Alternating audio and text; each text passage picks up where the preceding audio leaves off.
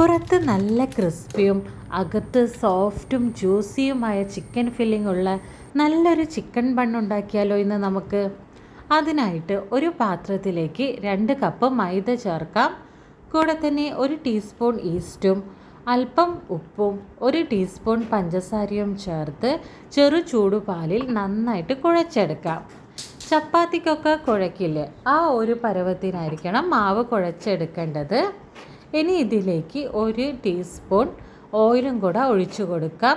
ഓയിലൊന്ന് മുകളിലായിട്ട് തടവി കൊടുത്തിട്ട് 3-4 മണിക്കൂർ ഇതൊന്ന് പൊങ്ങാൻ വെക്കണം. അപ്പോഴേക്കും നമുക്ക് ഫില്ലിംഗ് ഉണ്ടാക്കാൻ വേണ്ടി ചിക്കൻ ഉപ്പും മഞ്ഞളും ഇട്ട് നന്നായിട്ടൊന്ന് വേവിച്ചെടുക്കാം. ചിക്കൻ ഒന്ന് മാറ്റി വെച്ചിട്ട് അതേ പാനിലേക്ക് ബട്ടർ ചേർത്ത് കൊടുക്കാം. അതിലേക്ക് ചെറുതായി അരിഞ്ഞ വെളുത്തുള്ളി ചേർത്ത് നന്നായിട്ടൊന്ന് മൂപ്പിച്ചെടുക്കാം. കൂടെ തന്നെ ചെറുതായി അരിഞ്ഞ സവാളയും ക്യാപ്സിക്കവും ക്യാബേജും ചേർത്ത് 2-3 മിനിറ്റ് നന്നായിട്ട് ഇളക്കി കൊടുക്കാം. ഇനി ഇതിലേക്ക് എല്ല് പോക്കിയിട്ട് ചിക്കൻ ചെറുതായി അരിഞ്ഞിട്ട് ചേർത്ത് കൊടുക്കാം. നന്നായിട്ട് മിക്സ് ചെയ്തതിന് ശേഷം ഇതിലേക്ക് ആവശ്യത്തിന് ഉപ്പും കുരുമുളക് പൊടിയും 1 ടേബിൾ സ്പൂൺ മൈദയും കൂടെ ചേർക്കാം.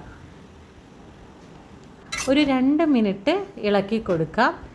ഇനി 1/2 കപ്പ് പാല് കുറച്ചായിട്ട് ഒഴിച്ചിട്ട് നമുക്ക് നന്നായിട്ടൊന്ന് ഇളക്കി കൊടുക്കണം. മൈദയും പാലും ചേർക്കുന്നത് ഇതൊന്ന് ക്രീമി ആയിട്ട് വരാനാണ്. ഇനി അതിലേക്ക് ചീസും കൂടെ ചേർത്ത് നന്നായിട്ട് ഇളക്കി കൊടുക്കാം.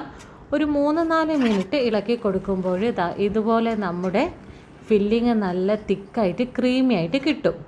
അപ്പോഴേക്കും നമ്മുടെ മാവ് പൊങ്ങി വന്നിട്ടുണ്ട്. ഇത് ഒന്ന് കുഴച്ചിട്ട് നമുക്ക് ബണ്ണിലേക്ക് ആവശ്യമുള്ള ബോൾസ് ആക്കിയിട്ടെടുക്കാം.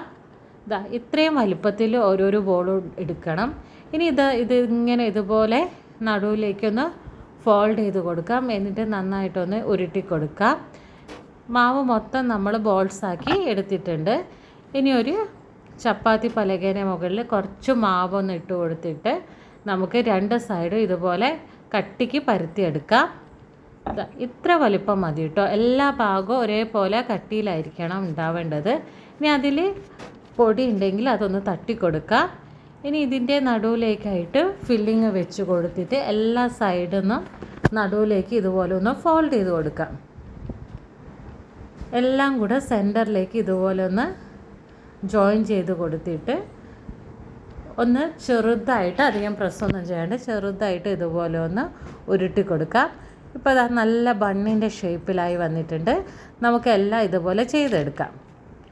ഇനി ഇതിൻ്റെ മുകളിലേക്കായിട്ട് നമുക്ക് മുട്ടയുടെ മഞ്ഞ ഇതുപോലെ ഒന്ന് സ്പ്രെഡ് ചെയ്ത് കൊടുക്കണം.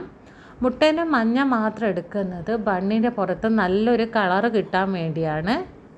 ഇനി ഇതിൻ്റെ മുകളിലേക്കായിട്ട് എള്ള് ഇട്ട് കൊടുക്കാം. ഞാനിപ്പം വെള്ളയും കറുപ്പും എള്ളും കൂടെ മിക്സ് ചെയ്തിട്ടാണ് ഇട്ട് കൊടുക്കുന്നത്. അപ്പം നമ്മുടെ ബണ്ണിന് നല്ലൊരു ഭംഗി കിട്ടും.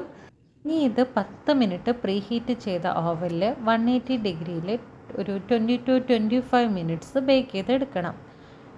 ഇപ്പം നമ്മുടെ ബണ്ണെല്ലാം ബേക്ക് ചെയ്തെടുത്തിട്ടുണ്ട്. പുറത്ത് നല്ല ക്രിസ്പിയും അകത്ത് നല്ല സോഫ്റ്റ് ആൻഡ് ജ്യൂസിയാണ്. അപ്പോൾ എന്തായാലും ഒന്ന് ട്രൈ ചെയ്യുക. വീഡിയോ ഇഷ്ടമായാൽ ലൈക്ക് ചെയ്യുക, ഷെയർ ചെയ്യുക, സബ്സ്ക്രൈബ് ചെയ്യുക. താങ്ക്